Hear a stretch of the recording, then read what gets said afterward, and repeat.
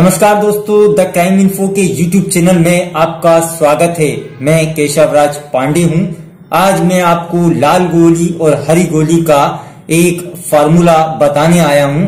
ये सरकार से जुड़ा हुआ मामला है, काफी संवेदनशील। इस मामले को लेकर के आपको समझाने का मैं पूरा प्रयास करूंगा।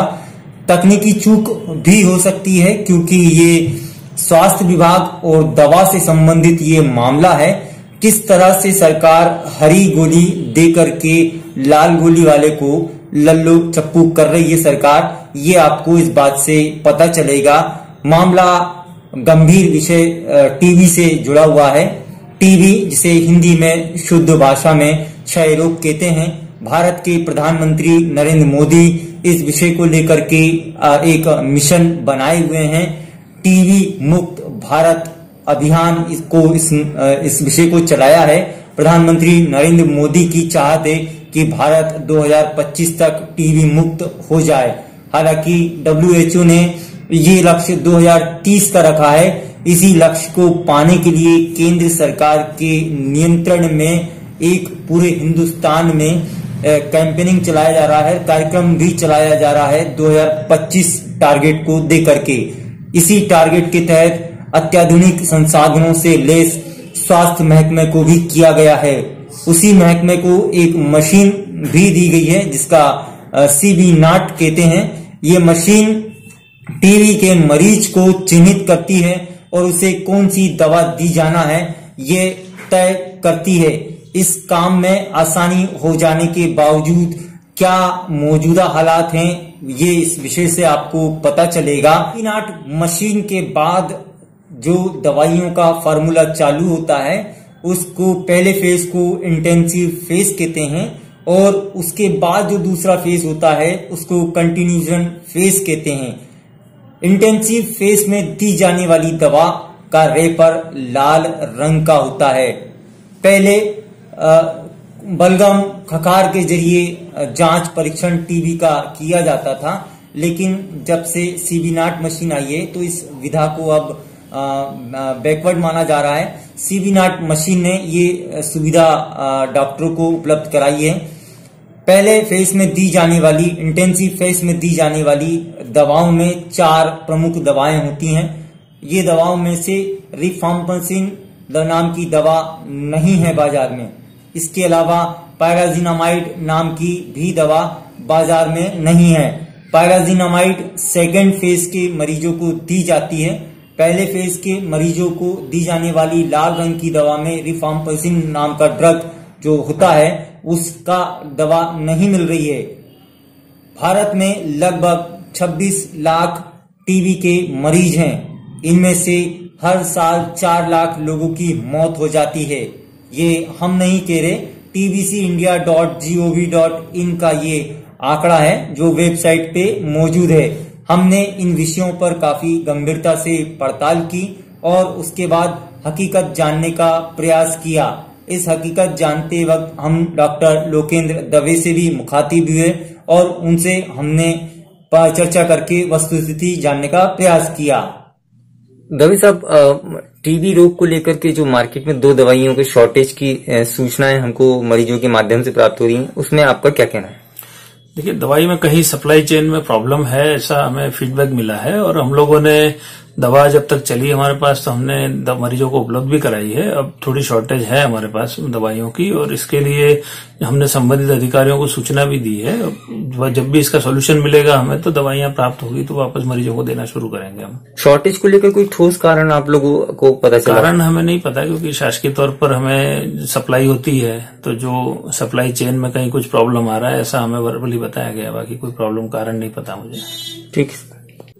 डॉक्टर लोकेंद्र दवे की आपने ये बातचीत सुन ली होगी कि वे खुद बता रहे हैं कि बाजार में 2 दवाइयों का शॉर्टेज है। इन 2 दवाइयों के कारण किस तरह से समस्याएं आ रही हैं, खास तौर से गरीब वर्ग बहुत इस शॉर्टेज से परेशान चल रहा है। ये शॉर्टेज 2-4 दिन की नहीं है। जो हमें जानकारी प्राप्त हुई है ये शॉर्टेज लगभग 2 महीना पुरानी है। ये दवा जो ली जाती है, इसको दवा खरीदने का काम पहले केंद्र सरकार करती थी। इसके लिए ग्लोबल टेंडर निकाला जाता है। ये ग्लोबल टेंडर अरबों रुपयों का होता है।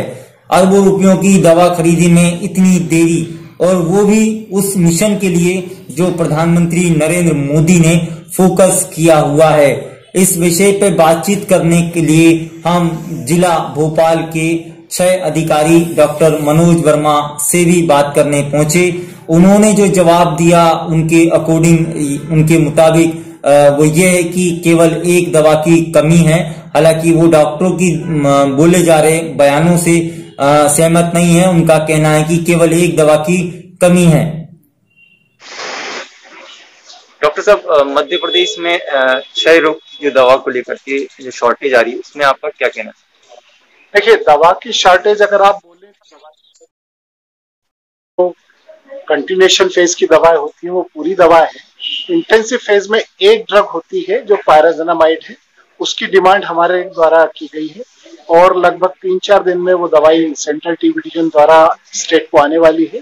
उसके बाद दवा की शॉर्टेज नहीं रहेगी। हाँ, अभी फिलहाल कुछ दिनों के लिए एक दवा जिसको हम इंटेंसिव फेज की ड्रग बोलते हैं,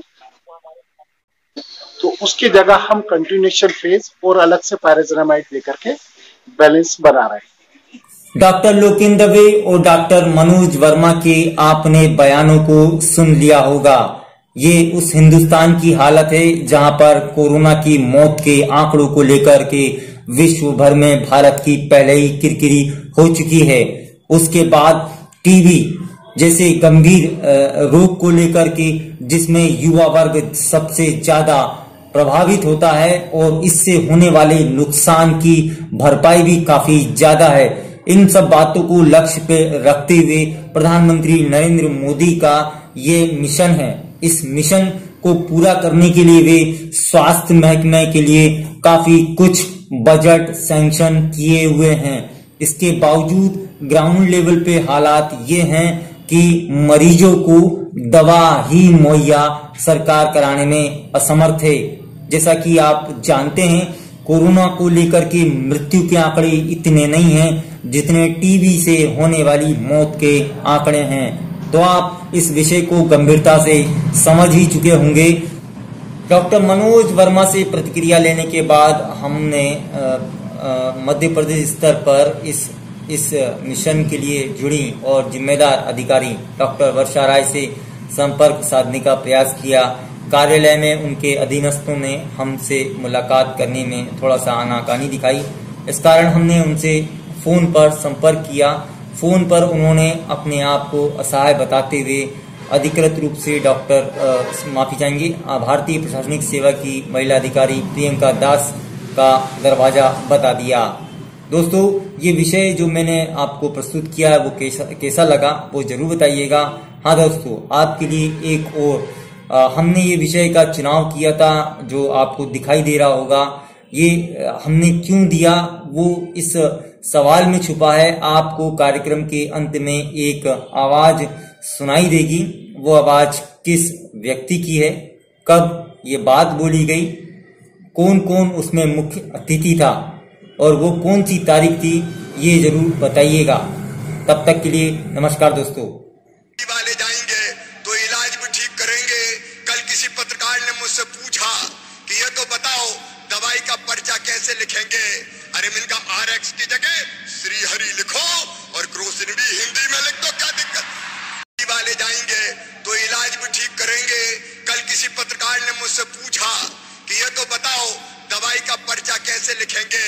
अरे मिलका RX की जगह